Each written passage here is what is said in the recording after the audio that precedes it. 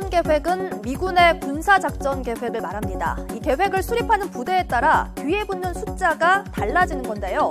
한국에 적용되는 작전 계획은 미 태평양 사령부가 세운 작전 계획입니다. 5,000번대로 시작을 하는데요. 50은 한반도 지역을 의미하고 15는 상황에 따른 세부 계획을 지칭합니다. 자, 그렇다면 기존의 작전 계획과는 어떤 점들이 다른 걸까요? 한미는 지난해까지 전면전에 대비한 작계 5027을 해왔습니다. 북한군이 공격을 하면 서울에서 방어선을 만들어 저지하고 미군 전력이 들어오면 한미가 반격에 나서는 겁니다. 그런데 지난해 6월에 서명한 작계 501호는 북한에서 명확한 징후만 포착돼도 우리가 선제 타격하는 개념입니다. 작계 5027은 급변 사태가 발생해야 지상군을 투입하는 반격의 성격이 강했다면 501호는 이상 징후만으로도 먼저 공격을 할 수 있다는 게 크게 달라진 점입니다. 하고 있습니다. 바로 이런 시점에 되려 행동을 하지 않고 이렇게 쭉 지금 이제 우리 예를 들어서 그 불굴의 의지 훈련, 해상훈련 같은 경우는 지금 15일까지 계속되지 않습니까? 예. 긴장의 끈을 계속 이렇게 끌고 가다가 그러다가 다 이제 한미 양측이 야 아닌가 보다라고 손을 놓는 순간 할 수 있다는 것이죠. 천안함 때도 비슷한 상황이었죠. 천안 때도 비슷하고 예. 그다음에 사실은 이번에 4차 핵실험이 그랬습니다. 예. 4차 핵실험 때도 원래 이제 한 12월경에 원래 1월에 하지 않았습니까? 예. 그 바로 전해 12월 한 중순 정도경에 야 갱도에서 뭔가 활동이 있다 할 거다라고 해서 한 1주, 2주를 열심히 들여다봤는데 아무 일도 없었습니다. 그러고 결국은 한 3주 정도 있다가 딱 하고 실험을 한 거죠. 결국은 이 북한이 노리는 것은 바로 이러한 자신들은 예측할 수 있는 존재가 아니다. 그러니까 너희들이 뭐 우수한 정보력이나 이런 거 혹은 군사 기술을 자랑하지만은 우리는 이거를 충분히 깰 수 있다라는 것을 보여주고자 하려는 것이 아닌가라고 생각이 됩니다. 뭐 북한뿐만 아니라요. 이제 중동에서도 이제 중동 3차 전쟁이나 4차 전쟁이 일어난 걸 보면요. 그 전에 곧 도발이 일어날 거라서 대규모 또 기동 훈련을 합니다. 그때 네. 조용하다가 그 훈련이 끝났을 때 이제 발발하는 경우가 바로 그 6.1 전쟁이라든지 4차 용키푸르 전쟁 같은 게 그랬거든요. 이와 같이 뭐 이거는 기본적인 또 군사 전략입니다. 상대방을 기동시켜서 힘을 빼게 하고 또 예상치 못한 곳에서 도발하는 행위. 그리고 이제 이런 측면도 있을 것 같습니다. 또 하나는 뭐냐면은 결국 국제사회가 지금 굉장히 강하게 제재를 하고 있는데 11월 초로 예상되고 있는 이제 유엔 추가 제재안 이거를 좀 기다려보는 측면도 있지 않은가. 이것도 한번 생각해봤습니다.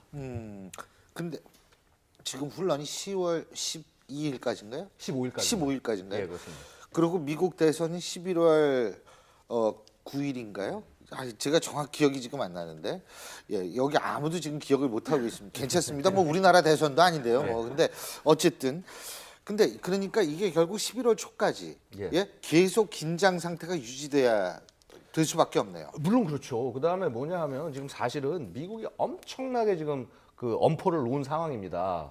그 지금 뭐 얼마 전에 보도 나왔지만은 B2 폭격기에서 핵폭탄을 떨구는 그 훈련을 했습니다. 물론 실제 핵폭탄이 아니라 이제 그 핵폭탄의 껍데기만 떨구는 훈련이지만은 이거 했다는 의미가 뭐냐면요. 그게 이제 B-61이라는 핵폭탄을 떨구는데 그 중에서 한 발은 우리 얘기하는 전략 핵폭탄, 엄청나게 파괴력이 큰 거고요. 한 발은 지하로 들어가서 소위 벙커버스터 역할을 하는 폭탄입니다. 이것도 떨어뜨렸다는 거는 북한한테 얘기하는 겁니다. 너 혹시 잘못해봐 우리 움직일 거야 하면서 굉장히 세게 얘기를 하고 있는 것이거든요. 네. 그러니까 되려 북한의 입장에서는 이런 시기에는 되려 힘을 빼고 살짝 한 발짝 물러앉은 모습을 보이다가 그러다가 이제 한미의 어떤 이런 긴장이 살짝이라도 풀리는 순간 바로 한다. 그다음에 예를 들어서 뭐 말씀하셨다시피 대선 이전에 뭔가 미국 한다. 대선 이전에. 미국 대선 이전에 한다. 충분히 북한으로서 할 수 있는 일이라고 봅니다. 근데 지금 뭐 미국 랜드 연구소 아주 유명한 데죠. 예. 랜드 연구소 같은 경우에 북한이 2020년까지 핵무기 50에서 100개를 보유할 수 있다. 지금 이런 얘기까지 나오고 있거든요. 이거를 좀 연결시켜서 지금 상황을 파악하면 미국이 얼만큼 지금 상황을 위중하게 보느냐 이거 아니겠어요, 결국은? 그러니까 이제 랜드 연구소에서 이런 보고서는 새삼스러운 건 아닙니다. 랜드 연구소에서 쭉 이런 주장을 했는데요. 요번에 특별히 이제 언론에 크게 관심이 된 건 이제 미국 대선을 앞두면서 차기 정부 지도자들에게 고함. 그러니까 이제 뭐 누가 되든지 간에 민주당이 되든지 공화당이 되든지 이런 사실을 알아라. 그리고 바로 북핵 문제가 바로 이제 미국이 앞으로 차기 대통령이 해결해야 될 가장 중요한 문제다라고 하면서 나온 겁니다. 근데 랜드 연구소는요, 일관되게 지금 이제 이대로 가면은 뭐 이제 북한이 이 정도 핵 능력을 가졌을 거라는 보고서 내지는 뭐 커멘터리 이런 걸 계속 내왔습니다. 예, 근데 근데 이제 뭐냐면은요, 이제 이겁니다. 그러니까 사실은 보면 오바마 정부에 있어서 북한이 절대 우선순위가 아니었습니다. 뭐 IS부터 시작해서 아니면 크림 사태로 인해서 러시아하고 뭐 그다음에 중국하고 무슨 뭐 동중국해 문제, 사실 이런 것들이 주가 됐지 북한에 대해서는 실제 어떤 군사적인 압박이나 이런 것들은 거의 없었거든요. 그래서 사실 이제 이 오바마 행정부가 갖고 있는 북한에 대한 아이디어는 딱 이걸로 보입니다. 뭐냐면 다음 정권이 어떤 정권이 되든지 간에 북한을 거덜날 북한을 넘겨주겠다. 그러니까 경제제나 이런 걸 통해서 북한을 완전히 거덜낸 상태에서 자, 그럼 그 상태에서 이게 뭐 공화당이든 민주당이든 받아서 이 북한을 요리를 해라. 라고 해서 사실 거기에만 집중을 해왔거든요. 그런데 그러다 보니까 경제 제재는 얼마큼 했을지 모르겠지만 지금 핵 개발 못 막았지 않습니까? 그러니까 그러면 이 랜드 보고서에서 뒤에서 얘기하는 거에 핵심적인 질문은 사실은 핵폭탄이 몇 개냐 이 얘기가 아니라 다음 차기 정부가 뭘 해야 될 거에 관한 질문입니다. 그 질문 내용 중에 뭐가 있냐면은 도대체 미국이 참을 수 없는 정도의 북한 핵 개발하는 게 어느 정도 수준이냐. 지금까지는 참을 만한 거니까 참은 거냐라는 질문. 그다음에 만약에 이런 어떤 위기 사태가 왔을 때 한국이 북한에서 보복을 한다고 그런다면 미국은 어떻게 행동해야 되느냐. 그다음에 더 결정적인 질문은 뒤에 나가 있습니다.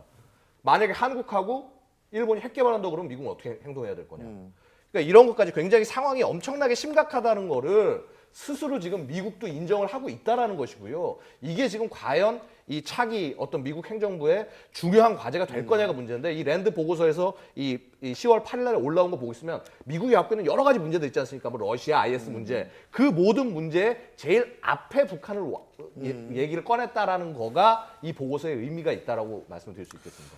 그러니까 이제 유엔 주재 미국 대사도 우리나라에서 판문점 가고 이러는 거 아니겠어요? 근데 이제 지금 제가 좀 주목하고 보는 것이 뭐냐면 로널드 레이건 호가 우리나라에 지금 와 있어요. 이게 핵항모죠, 그죠? 그렇습니다. 그죠? 예. 예. 그 로널드 레이건 한국에 와 있다라는 거는 무슨 의미일까요? 이거는 그러니까 한마디로 이건 그야말로 전진 배치라는 거거든요. 미국이 웬만해서 항모를 전진 배치를 하지 않습니다. 근데 전진 배치를 시켜놨다는 거는 여차하면 갈 수 있다라는 걸 보여주는 겁니다. 그러니까 이게 단순히 무슨 그러니까 원래 이 훈련 자체 불그레이즈 훈련은 원래 제가 기억하기로는 그 천안함 폭침 이후에 한미가 대대적으로 훈련을 한번 하자라고 해서 시작된 훈련인데 보통 한 4일 하던 거 이번에 6일 합니다. 6일이나 합니다. 그러니까 결국 뭐냐면 이게 상당히 북한에 대한 사실 무력 시위입니다. 이게 무력 시위를 하는 거고 이 시기에 니들이 한번 할 테면 해봐라. 라고 굉장히 강하게 압박을 가하는 것이고요. 이거 북한이 나름 신경 쓰지 않을 수 없다라는 것이죠. 그래서 결국 이제 이 레이건호 이 배 자체는 그러니까 미국이 지금 10척의 항공모함을 가지고 있습니다. 이 10척 항공모함이 사실은 다 거의 비슷합니다. 니미츠급이라는 데 10척이 비슷한데 또 사실 미국도 전력 부족을 느끼는 게 원래 미국은 법에 의해서 항모를 11척 운영하도록 되어 있습니다. 근데 한 척이 지금 부족한 상황이거든요. 사실 미국도 이 로테이션, 병력을 로테이션하게 예를 들어서 10척 있으면 10척 다 움직이는 게 아니지 않습니까? 우리 지금 해운업도 불황인데 그럼 우리한테 좀 한척 만들면 부탁하면 우리가 잘 만들어줄 텐데. 예, 근데요. 그래서 결국 뭐냐면 이런 식으로 해서 배치를 시켜놓고 북한을 강하게 압박하는 건 맞습니다. 아주 좋습니다. 좋은데 문제는 이 압박을 내내 할 수 없다라는 것이죠. 그러니까 압박을 이렇게 항모가 나와서 이렇게 한번 작전을 하고 뭘 하고 해도 실제 전쟁에서도 한 3개월에서 6개월 이상 못 나가 있거든요. 그러니까 결국 이게 우리가 단순히 이런 군사 시위 정도가 중요한 게 아니라 뭔가 지금과는 다른 결단이 있어야 되는 것이 아니냐. 근데 뭐 이지스 순양함도 오고 뭐 이 교대로 전략 무기 우리나라에 오는 거 아니에요 지금? 근데 아니 좀 제가 다른 질문을 한번 하겠습니다. 전략 무기 여태까지 그동안 미국 계속 보냈습니다. 좋습니다. 근데 전략 무기가 와서 상황이 바뀐 게 무엇이 있습니까 지금 현재까지? 그러니까 이 상황이 계속 지금 된다는 거죠. 국민들도 답답하시고 뭐 하는 사람들이 답답할 겁니다. 뭐 물론 그렇다고 해서 지금 당장 북한을 공격하자 때리자 이 말씀을 드리는 것이 아니라 근본적으로 지금의 상황을 한번 뒤집을 만한 그런 굉장히 뭔가 강력한 뭐 정책이든 아니면 어떤 뭐 병력 배치든 뭐건 간에 무기 배치든 간에 그런 부분들이 있어야 되는 것이 아니냐는 거죠. 예.